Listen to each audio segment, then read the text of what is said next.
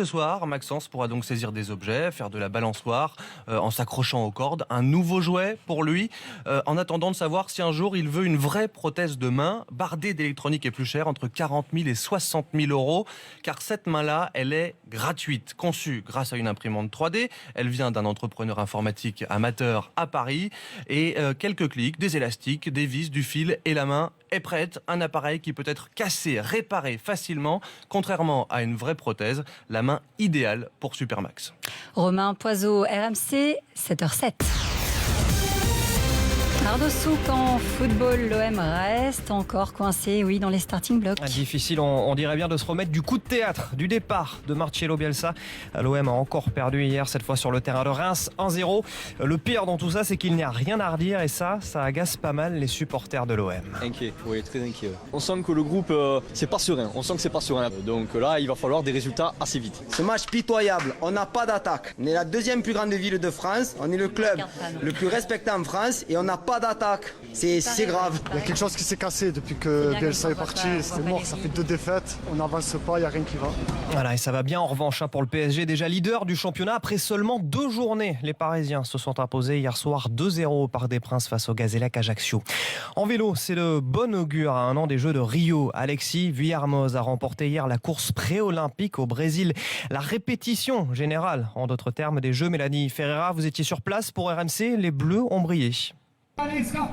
Oui, 2 Français sur le podium. Alexis Vuillermoz, le gagnant de la course, est satisfait. Pour l'équipe de France, c'était vraiment important de gagner aujourd'hui. On avait vraiment l'équipe la plus forte, mais il y avait un beau challenge, j'étais loin d'être fait. Parce que si le parcours longe tranquillement les belles plages de Rio, il est loin d'être facile. C'est vrai que ça fait de nombreuses années où on n'avait pas vu un tel parcours aussi exigeant, avec des montées très dures, mais aussi des pièges, avec notamment les pavés. Même si la sélection des athlètes n'est pas encore définitive, pour Bernard Bourreau, le sélectionneur de l'équipe de France, il est important de repérer. Pour connaître le parcours, reconnaître les particularités, les exigences, le climat qu'on a ici, tout ce qu'il y a autour pour pouvoir préparer les Jeux au mieux possible, quoi. Les supporters brésiliens, eux, se préparent aussi, même si le cyclisme est loin d'être le sport national ici.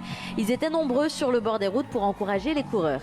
Mélanie Ferreira à Rio, au Brésil, pour RMC. Un petit mot de tennis avec cette victoire aux allures de cadeau de naissance. Andy Murray a remporté le tournoi de Montréal la nuit dernière.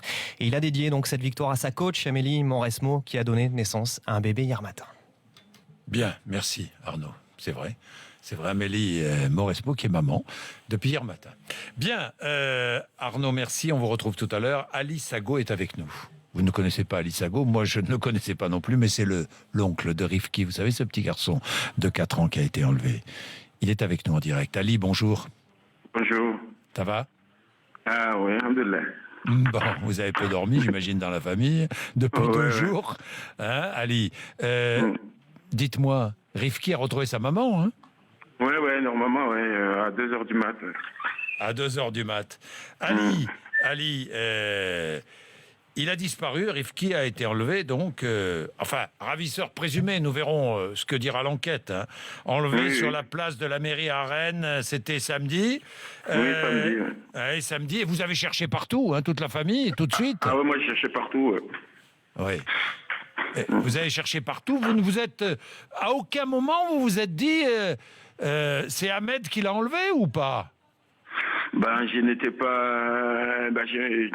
j'ai pas dit que c'est un enlèvement, mais je croyais qu'il était sur Rennes, avec des copains, faire la fête, où ils étaient foulés, quoi. C'était mon avis comme ça, mais finalement, c'était pas le cas.